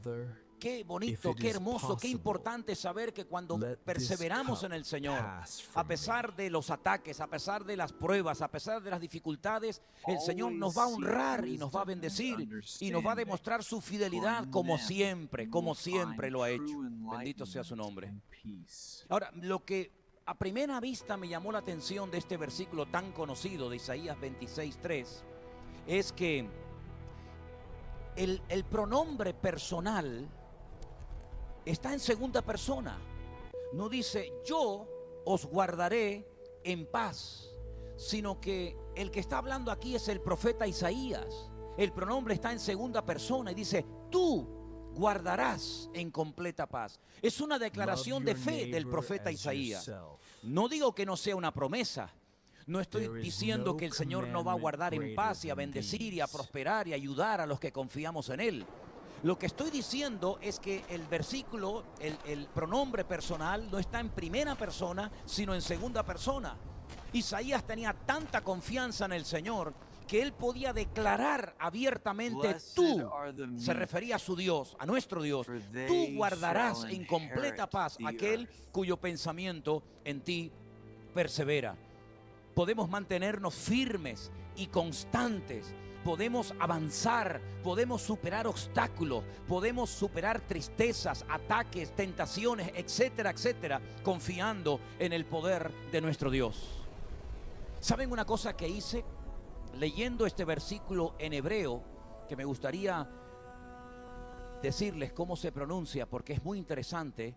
Cuenten las palabras que voy a decir, por favor. Yetzer samuch tisor shalom shalom ki veja batuach. Yetzer samuch tisor shalom shalom ki veja batuach. 8 palabras. 8 palabras y 26 letras. Qué curioso que el número 26 en la Biblia coincide con el nombre sagrado de Dios. El nombre sagrado de Dios, como bien saben ustedes, ese nombre formado por 4 letras, Yod, Hei, Vat, Hei. Su valor numérico es 26 y es el mismo número de letras que aparecen en este versículo tan maravilloso, como dando a entender: yo soy el que te va a dar la paz en medio de la tormenta. Perfecta paz, dice en castellano. Shalom, shalom. 2 veces se repite la palabra shalom o paz en hebreo. La palabra yetzer, la primera palabra que aparece, es muy interesante porque aparece como nombre propio en la vida de uno de los hijos de Neftalí. Los que están siguiendo este mensaje, este estudio, pueden leer en Génesis 42, 24 y se van a dar cuenta de que Neftalí tenía un hijo que se llamaba Yetzer. En Génesis capítulo 2, versículo 7, dice: y formó Dios, y la palabra es Vayetzer. La raíz de esta palabra es Yod Sadi Resh. Significa esta palabra nada más y nada menos que alfarero. Es la raíz de la palabra alfarero. Es decir, hay que formar, hay que educar nuestra mente. Hay que educar a nuestros pensamientos a pensar de forma sana. Y la mejor manera, el mejor favor que le puedes hacer a tu mente es llenarla de la palabra de Dios. Si la llenas de miedo, la vas a envenenar. Si la llenas de temor, de desconfianza y de palabras de queja y de incertidumbre, lo que vas a hacer es que te vas a envenenar a ti mismo. Vas a dañar a tu alma, vas a dañar a tu espíritu, vas a dañar a tu relación con el Señor. Yetzer es mucho más que pensar. Yetzer es formar, Yetzer es trabajar, Yetzer es darle forma a mi forma, valga la redundancia, de pensar y de actuar frente a los problemas de la vida. La palabra titzor, guardar o guardarás, es muy interesante porque encontramos en la Biblia varios ejemplos de esta palabra en otros pasajes. Por ejemplo, en Éxodo capítulo 2, versículo 2, dice la Biblia que Moisés, cuando era un niño pequeño, prácticamente recién nacido, fue escondido, fue guardado y protegido por sus padres durante 3 meses. Y aparece también esa palabra de la cual estamos hablando. En el Salmo 27, versículo 5, dice la palabra que en el tiempo de la prueba, en el tiempo de la aflicción, en el tiempo de los problemas, Él nos esconderá en su tabernáculo. Otra vez aparece la protección de Dios, en este caso en forma de morada o de tabernáculo. Proverbios capítulo 13, versículo 6, dice que la justicia, cuando vivimos en justicia, en rectitud, en santidad, en obediencia al Señor, esas actitudes nos van a guardar y a proteger del maligno y de tropezar en la vida. Y un versículo muy interesante que encontré en Ezequiel capítulo 7, versículo 22, que en español dice lugar secreto, pero la palabra en hebreo es sefuní, que viene de safón, la palabra norte se dice en hebreo safón. Sefuní es la palabra que se traduce al castellano por lugar secreto. ¿Y saben cuál era el lugar secreto al que hace referencia el profeta Ezequiel? Al lugar santísimo. Cuando hay gente que dice, he perdido el norte, está haciendo referencia a que ha perdido el rumbo, a que está desorientado, a que está confundido. Pero cuando nosotros tenemos comunión con el Señor, podemos vivir tranquilos, podemos vivir libres de angustias, libres de temores. ¿Cuántas veces hemos mencionado desde este mismo púlpito ese versículo que muchos de nosotros repetimos antes de irnos a dormir? En paz me acostaré y asimismo dormiré, porque solo tú, Señor, me haces vivir confiado. Qué maravilloso es que en estos tiempos, cuando la gente está asustada, cuando la gente, hermanos, ha perdido el norte, cuando la gente está angustiada por lo económico, por la salud, etcétera, etcétera, nosotros podemos dormir tranquilos, tener la completa seguridad de que Dios está con nosotros. Dios tiene todo bajo control. No hay casualidades. Esto que está pasando en lo natural es un reflejo de lo espiritual. Dios está tratando con los soberbios, Dios está tratando con la iglesia, Dios está tratando con los creyentes y con los inconversos. Es el momento de ser probados en todas y cada una de las áreas de nuestra vida. Pero nosotros tenemos maravillosas promesas como esta que les acabo de compartir en esta noche. Tú, Señor, guardarás en completa paz aquel cuyo pensamiento en ti persevera, por cuanto en ti ha confiado. Hay que perseverar, hay que disciplinar a nuestro cuerpo, a nuestra mente, a nuestra alma, a todo nuestro ser. Hay que someterlo al señorío de Cristo. Hay que, permítame, obligarlo a que bajo ningún concepto le dé lugar a la duda, a la incertidumbre, al temor, sino más bien todo lo contrario. Es tiempo de confesar victoria, es tiempo de declarar que Dios está con nosotros, es tiempo de creerle a Dios. Es tiempo de cambiar nuestra forma de hablar para que el mundo vea que la iglesia está confiando en su Dios. Que pase lo que pase, aunque caigan a tu lado 1000 y 10,000 a tu diestra, a ti no llegará, porque el Señor está con nosotros como poderoso gigante, gloria a Dios. Y si estuvierais aquí todos en esta tarde presentes, aunque sé que espiritualmente lo estáis, os pediría que le dierais un fuerte aplauso al Señor, porque estamos tan agradecidos, estamos tan contentos, porque sabemos que esto le va a venir bien a la iglesia. Pienso, queridos hermanos, hoy hablábamos en casa, cuando tengamos el próximo culto, cuando por fin se haya superado esta prueba, y vendrán otras en el futuro, pero cuando por fin podamos tener nuevamente la libertad de poder reunirnos, qué hermoso será ese reencuentro, qué hermoso será esos abrazos, esos besos, esos saludos, y decirle en la cara a tu propio hermano sin miedo a contagiarte o a contagiarlo: hermano, Dios te bendiga, cuánto me alegro de volver a verte después de este tiempo de ausencia. La iglesia sigue adelante. Las bancas están vacías, las sillas están ausentes de los creyentes, pero la iglesia sigue adelante, porque la iglesia no es el edificio, la iglesia no son las sillas, el púlpito, la plataforma. La iglesia somos tú y yo, hombres y mujeres que hemos abrazado el evangelio, hombres y mujeres que le hemos creído a Dios, que hemos entendido que Él vino a este mundo para darnos vida y vida en abundancia. Y desde aquí quiero mandar un mensaje de esperanza a todo el mundo, a los miles y miles de hombres, cristianos, pastores, diáconos, ujieres, líderes de alabanza, etcétera, etcétera, que nos ven y nos escuchan cada semana. Confiemos en Dios, no bajemos la guardia, oremos durante este tiempo. Dios nos ha dado un tiempo para aislarnos. Dios nos ha dado un tiempo maravilloso para que estemos tranquilos. Gloria a Dios que esta prueba la podemos pasar en nuestros hogares. ¿Se imaginan ustedes que nos obligaran y nos montaran en trenes, en aviones, en barcos o autobuses y nos llevaran a otros lugares para ser descontaminados o protegidos? Sería terrible. Pero estamos con nuestra ropa, con nuestra comida, con nuestros hijos, con nuestros seres queridos en casa. Por lo tanto, gloria a Dios por esta prueba que el Señor ha permitido. Pero también yo quisiera en esta tarde leerles un versículo que me parece extraordinario, sobre todo en este tiempo en el cual estamos viviendo.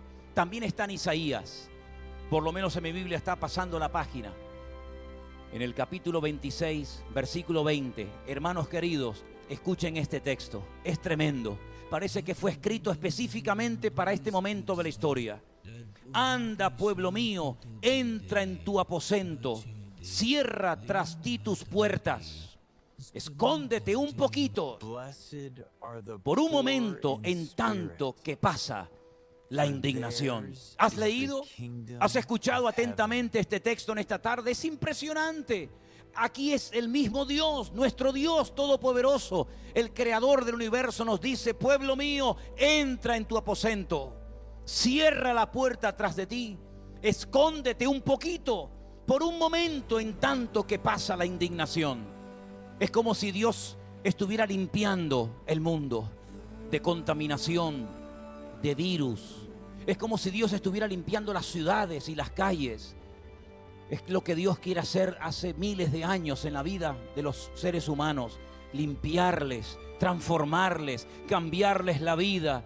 Yo espero y pido a la iglesia que esté orando ahora más que nunca, para que la gente en sus casas no se atiborre de películas y no se quede enganchada a la pantalla de un ordenador, sino que reflexionen, que mediten, que piensen que todo esto es el principio de dolores, que todo esto es lo que el Señor Jesucristo y los profetas nos dijeron hace cientos y miles de años en algunos casos, de que vendrían tiempos difíciles, de que vendrían tiempos de calamidades, de guerras, de plagas.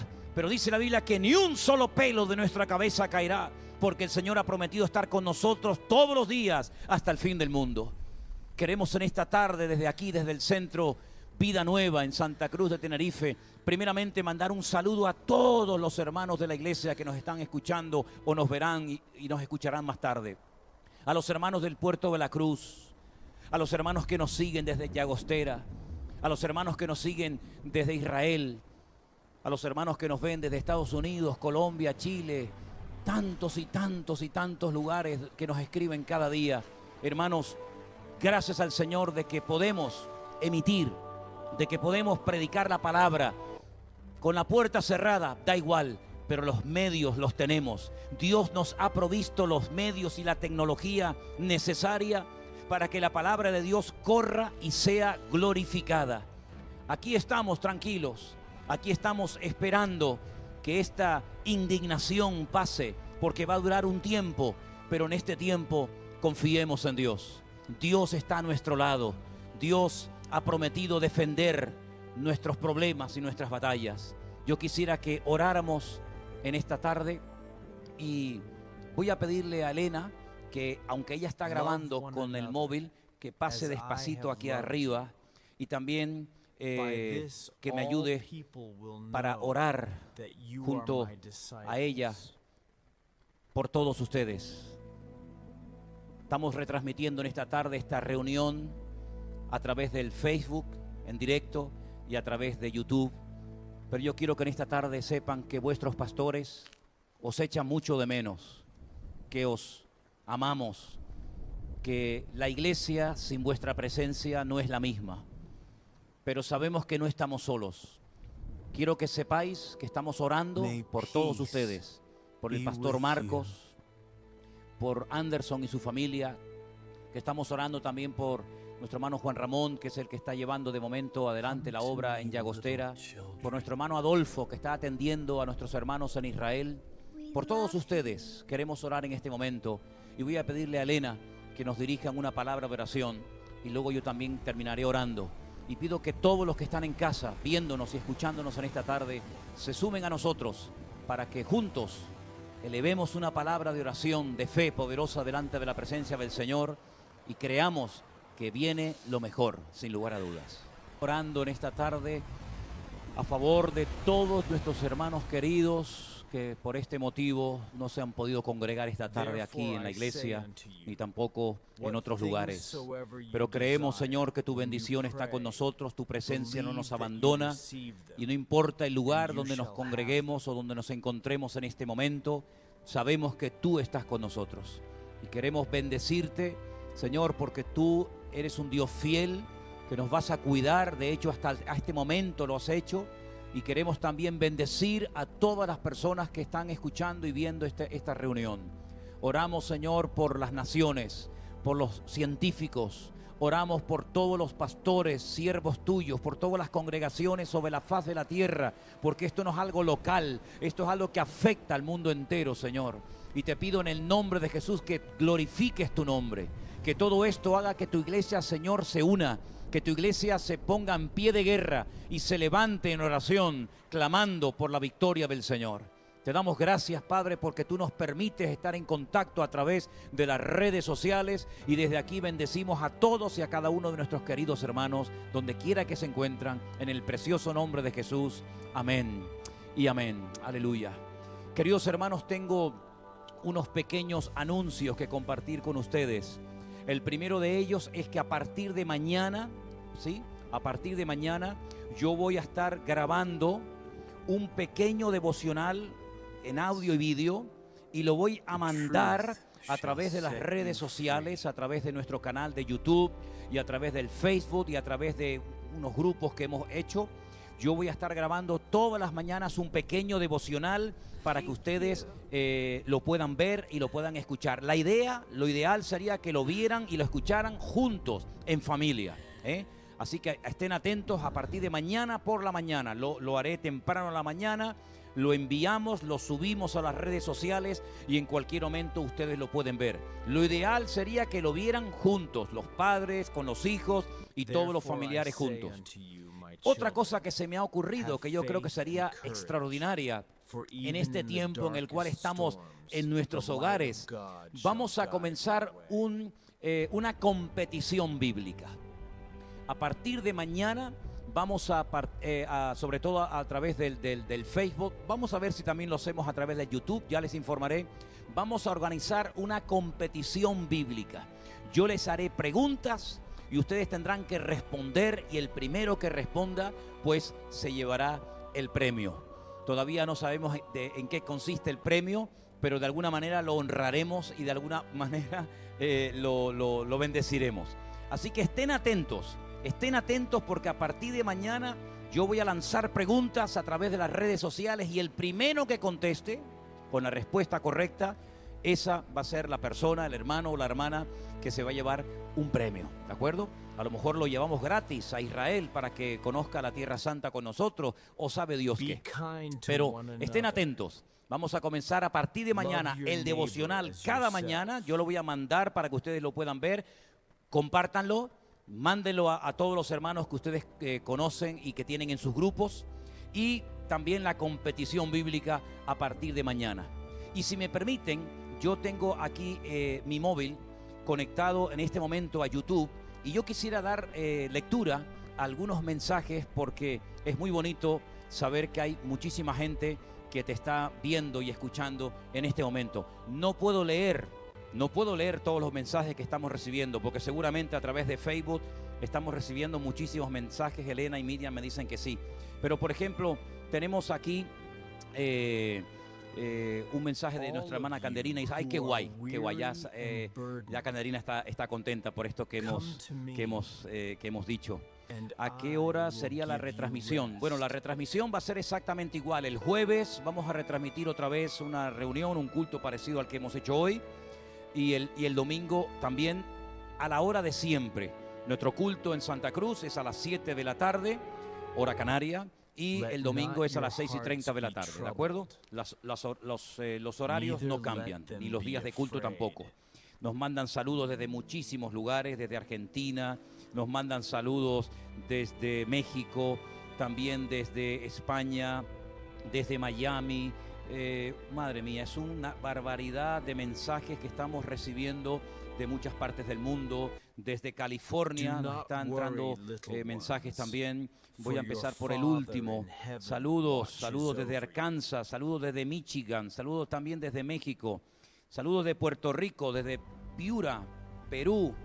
Irly Jardín, que Dios te bendiga, Irly. Estamos también recibiendo en este momento un mensaje desde Panamá de María Pino. Sí, Pastor Manuel, escuchamos bendiciones, hermano, desde Bruselas, desde Guatemala, desde New Jersey, desde Nashville, desde Charlotte. Estamos también recibiendo en este momento un mensaje desde Nueva York, Elsa, desde Guatemala, de Estados Unidos, desde Venezuela, Carmen Osuna. Dios bendiga a nuestros hermanos también en Venezuela. ¿A qué hora el devocional? Bueno, el devocional yo lo voy a grabar bien temprano a la mañana, ¿sí? Y bueno, yo lo subiré al Facebook y al YouTube a lo largo de la mañana, así que estén atentos. Saludos desde Chile, saludos desde Milano. Una hermana, Rosemary Villano, nos está escribiendo en este momento desde Milán. También nos están escribiendo desde Paraguay, Edith López. Bendiciones desde Zaragoza, Viviana Núñez, gloria a Dios, que también nos están viendo en la península.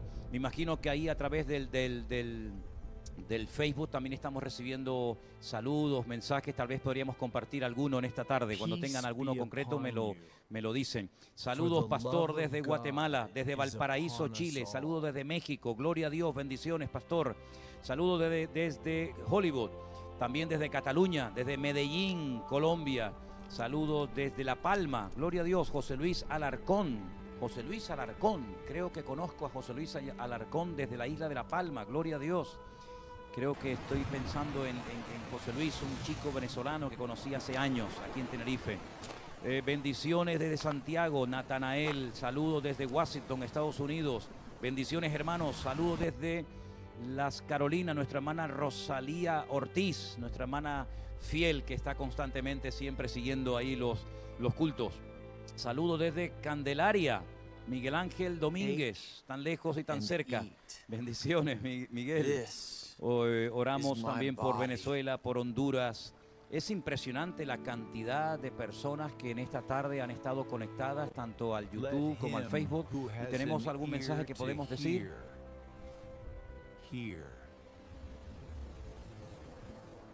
Muchos hermanos de la congregación, me dice Elena y Miriam, que han estado juntamente con nosotros en esta tarde cantando, a pesar de que no están aquí, pero sabemos que están aquí espiritualmente hablando. Espero que en cuestión de poco tiempo no solamente puedan estar en su espíritu, sino también traer su cuerpo a la congregación. Saludos desde Mallorca, también desde Ecuador nos están escuchando, desde Atlanta. Gloria a Dios, desde El Salvador nos están también escribiendo el último mensaje que hemos recibido, desde Cartagena, Colombia, también desde el sur de Carolina. Saludos, Proverbios 22:3. Vamos a buscar el Proverbio 22:3 que nos lo están mandando un hermano y vamos a darle lectura a ese pasaje. Vamos a ver qué es lo que nos quiere decir este hermano a través de este versículo. Repito, Proverbios capítulo 22, versículo 3. Dice, el avisado ve el mal y se esconde, mas los simples pasan y reciben el daño. Muy bueno ese versículo, sobre todo para este momento, para esta hora en el cual nos encontramos en este momento. Saludos desde Long Island, Nueva York, también desde Almería. Gloria a Dios, qué bueno que nos escuchan hermanos también desde la península, desde Puerto Rico, desde Colombia, desde La Laguna. Saray del Castillo, nuestra hermanita que toca el teclado, también nos manda saludos desde La Laguna. Yo sé que les hace ilusión a todos ustedes que nos están viendo y escuchando en esta tarde que les mencione, que les diga, pero es que son muchísimos. Desde Mallorca, gracias por cantar tan bonito. Bueno, gloria a Dios, damos la gloria a Dios. También nos manda Carol Núñez, Isaías 46, versículo 1. Vamos a leer ese versículo de Isaías 46, versículo 1, a ver qué nos dice ese texto, ya que hoy estábamos hablando del libro de Zacarías. Isaías 46, 1. Se postró Bel, se abatió Nebo, sus imágenes fueron puestas sobre bestias, sobre animales de carga. Esas cosas que vosotros solíais llevar son alzadas cual carga sobre las bestias cansadas. Bueno, es un versículo un poquito así complicado de entender, pero bueno, gloria a Dios por este versículo que nos manda. Saludos, pastor de Barcelona, me acuerdo de sus clases de hebreo. Alex Barrera, saludos, hermano, Dios te bendiga mucho. Saludos desde Buenos Aires, estamos toda la familia viendo el culto. Raicé, debe ser de la calle Buenos Aires, porque nuestra hermana Raicé. Pedro Sierra, alguien que tiene un apellido como yo, desde Nueva York, nos está saludando. Monterrey, Salmo 23:1, el Señor es mi pastor, nada me faltará. Llagostera presente, Juan Ramón, gloria a Dios. Damos saludos a nuestro hermano Juan Ramón y a todos nuestros hermanos de Llagostera que nos están viendo en esta tarde. Saludos desde Naucalpan, México. Salmo 91:1 también nos lo manda Zulema. Le damos al Señor. Pastor, sus ovejitas desde Bruselas, Evelyn y familia. Saludamos a nuestros hermanos de Bélgica, fieles siempre a nuestros cultos, fieles a las enseñanzas. Que el Señor les bendiga. Hemos oído que también en Bélgica han cerrado las congregaciones, no se pueden reunir, pero gloria al Señor por estos medios que el Señor nos permite estar en contacto. Así que saludos a todos nuestros queridos hermanos de Bélgica. Saludos de Mauricio. También Carmen Osuna nos recomienda el Salmo 91 que hemos leído al principio. Saludos, bendiciones, pastor. Por favor, quiero unirme a algún grupo de WhatsApp. Bueno, aquí estamos unidos ahora mismo, estamos en directo desde Tenerife. Saludos desde Alemania, gloria a Dios, qué bueno. También desde México, mucha gente nos ve desde México. Creo que también tengo aquí un saludo de Inma, Genaro para todos. Inmaculada Rodríguez, gloria a Dios. Vanessa y su familia se hace presente, gloria a Dios, estupendo, fantástico. Saludos desde Chihuahua, México. Saludos de Ramona, desde California, desde Columbus, Ohio, estado de Ohio, desde Hollywood, California. Estoy, pastor, pendiente de la clase de escatología. Decirles que la clase de escatología la vamos a grabar el día martes y más tardar el miércoles la podrán ustedes escuchar y ver, ¿de acuerdo? La clase de escatología no la vamos a hacer aquí presencial, pero yo voy a grabar, creo que sería la 7ª u 8ª, no recuerdo bien la clase, pero se va a grabar y se va a poner en el canal de YouTube como siempre, sin ningún problema. Doy gracias al Señor por todos los hermanos que nos están siguiendo, que nos están viendo en este momento. Queremos darles saludos también a todos ustedes. Desde Suiza nos están escribiendo en este momento un mensaje en directo. Qué bendición poder escuchar el mensaje de salvación y ver que no hay obstáculo para llevar las buenas nuevas de salvación. Sandra de Mesa. Shalom, shalom ahim, paz amigos de Barak Shalom, desde Madrid, gloria a Dios. Alicante también nos están escribiendo. Bueno, gloria a Dios, no sé si hay algún mensaje que podemos decir en esta tarde. Hay muchísimos, me dicen que hay en Facebook, hay una barbaridad de mensajes y hay muchísima gente que nos está escribiendo de muchísimos lugares. Jamás en mi vida pensé que este culto tendría tanto, permítame la expresión, tanto éxito.